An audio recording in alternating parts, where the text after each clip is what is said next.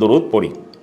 আল্লাহ সুবহানাহু ওয়া তাআলা কোরআনের মধ্যে বলছেন, ইন্নাল্লাহা ওয়া মালাইকাতাহু ইউসাল্লুনা আলান নবী, নিশ্চয়ই আল্লাহ এবং তার ফেরেশতাগণ নবী সাল্লাল্লাহু আলাইহি ওয়াসাল্লামের উপর সালাত প্রেরণ করেন।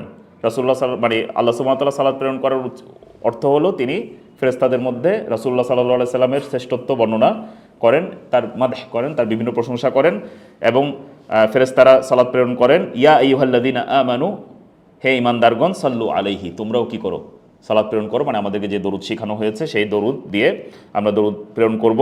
ওয়াসাল্লিমু তাসলিমা, এবং সালাম প্রেরণ করো, যেটাকে আমরা সাল্লাল্লাহু আলাইহি ওয়াসাল্লাম, আল্লাহুম্মা সাল্লি আলা মুহাম্মদ, যেটা আমরা পড়ি, এইটা দিয়ে আপনার কি করব, সংক্ষিপ্তভাবে অথবা বিস্তারিতভাবে আমরা সালাত এবং সালাম প্রেরণ করব, এবং এটি যত বেশি সম্ভব আমরা প্রেরণ করব। এটাও কার সাথে আদব, রাসূল সাল্লাল্লাহু আলাইহি সাল্লামের সাথে আদব। বিশেষ করে যখন তার নাম উল্লেখ করা হবে তখন আমাদের সাল্লাল্লাহু আলাইহি ওয়াসাল্লাম এটা উল্লেখ করতেই হবে। আর এমনিতেও আমরা বিভিন্ন সময় কি করব, আর দরুদের ফজিলত এটা আলাদা টপিক, এটা নিয়ে আমরা এখানে আলোচনা করছি না, আপনারা নিজেরাও জানেন, অথবা মাঝে মাঝে পড়বেন, তাহলে আপনারা দেখবেন যে আপনাদের জিকিরের মধ্যে একটা বড় অংশ আপনারা কিসের মধ্যে কি হিসেবে ধারণ করবেন, যে আপনারা দরুদ বেশি বেশি করে পড়বেন।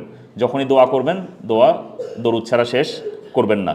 কথা বলার আগে বা পরে যে কোনো টাইমে দরুদ প্রেরণ করবেন। এমনিতে যখন আপনার কোনো জিকির করতে ইচ্ছা করছে, মাঝে মাঝে আপনার জিকির করবেন, দরুদের জিকির, মানে এই দরুদটাই পড়বেন, কারণ আল্লাহ সুবহানাহু ওয়া তাআলা বলেছেন তার বিভিন্ন যেই হাজতগুলো আছে এগুলার কি নেওয়া হবে, এগুলা পূরণ করে দেয়া হবে যদি কেউ কি করে, দরুদ পড়ে। ফলে আমরা বেশি বেশি করে কি পড়বো, দরুদ পড়ার চেষ্টা করব। জুমাবারের সাথে দরুদ পড়ার একটা খাস হাদিস আছে, যেমন আজকে আমরা জুমাবারে আছি, ফলে প্রত্যেক জুমাবার অ্যাটলিস্ট আপনারা, যেহেতু রাসূলুল্লাহ সাল্লাল্লাহু আলাইহি ওয়াসাল্লাম বেশি বেশি কি করতে বলেছেন, সালাত পেশ করতে বলেছেন জুমার দিন আমরা বেশি বেশি করে কি করব, দরুদ প্রেরণ করব।